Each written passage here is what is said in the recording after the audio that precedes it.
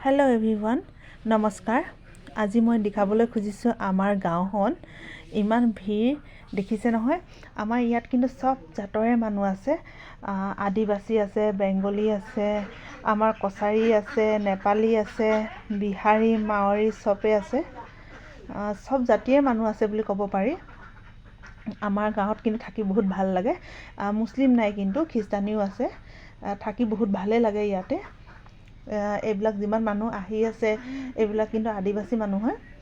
এইবিলাক আদিবাসী হয়। আৰু আমাৰ এইটো চাইডে আমাৰ গাঁওখন আছে। এইটো চাইডৰ পাছপিনেদিও আমাৰ নিজৰ মানুহখিনি আছে। তাতো আদিবাসী, বেংগলী চব মানুহ মিক্স, মানে খিচিৰি টাইপকৈ আছোঁ। তথাপিও মানে ভাল লাগে থাকি। একো হাই কাজিয়া তেনেকুৱা ধৰণৰ একো নহয়। আজি কথাটো ক'বলৈ ধৰিছোঁ যে আজি আছে মা দুৰ্গা দেৱীৰ ভাচান আছে। যিহেতু মানুহবিলাক চবে মানে বাহিৰত ৰৈ আছে দুৰ্গা দেৱীক মানে বিদায় দিবলৈ। সেইবাবে আপোনালোকৰ আগত ময়ো মানে ভিডিঅ'টো যাতে মই দেখাবলৈ পাৰোঁ, সেইটো কাৰণে আপোনালোকৰ ওচৰলৈ আহিছোঁ। ঠিক আছে বাৰু, আপোনালোকে চাই লওক আমাৰ গাঁৱত মানে কেনেকুৱা এটা ভাল লাগে। এই দিনটোলৈ কেনেকৈ আশা কৰি থাকে চবে, মানে কেনেকৈ দুৰ্গা মাক যাতে বিদায় দিব পাৰোঁ। ঠিক আছে, আপোনালোকে চাই লওক। মই ক'বলৈ খুজিছোঁ যে আমাৰ গাঁৱৰ মানে মোৰ মা ঘৰত আছোঁহি। আমাৰ মাৰ য'ত গাঁও আছে তাতেই পূজাখন হয়।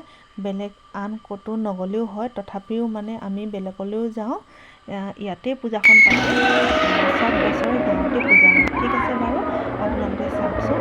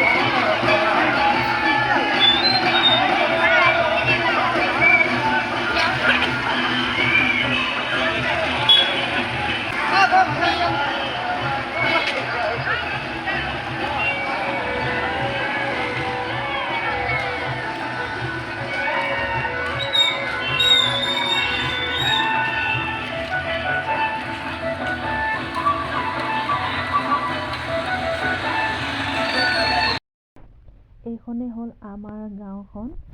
দেখি কেনেকুৱা লাগিলে জনাব। কিমান ফূৰ্তি দেখিছে মানুহবিলাকৰ। এইপিনেতো গৈ আছে আৰু আগত গাঁও আছে, সেইপিনেদিও মানুহবিলাক লগ খাই যাব। বহুত মানুহ হৈ যাব, 1000 2000 তেনেকুৱা মানুহ হৈ যায়। ঠিক আছে বাৰু, ভাল লাগিলে শ্বেয়াৰ কমেণ্ট ছাবস্ক্ৰাইব কৰি দিব।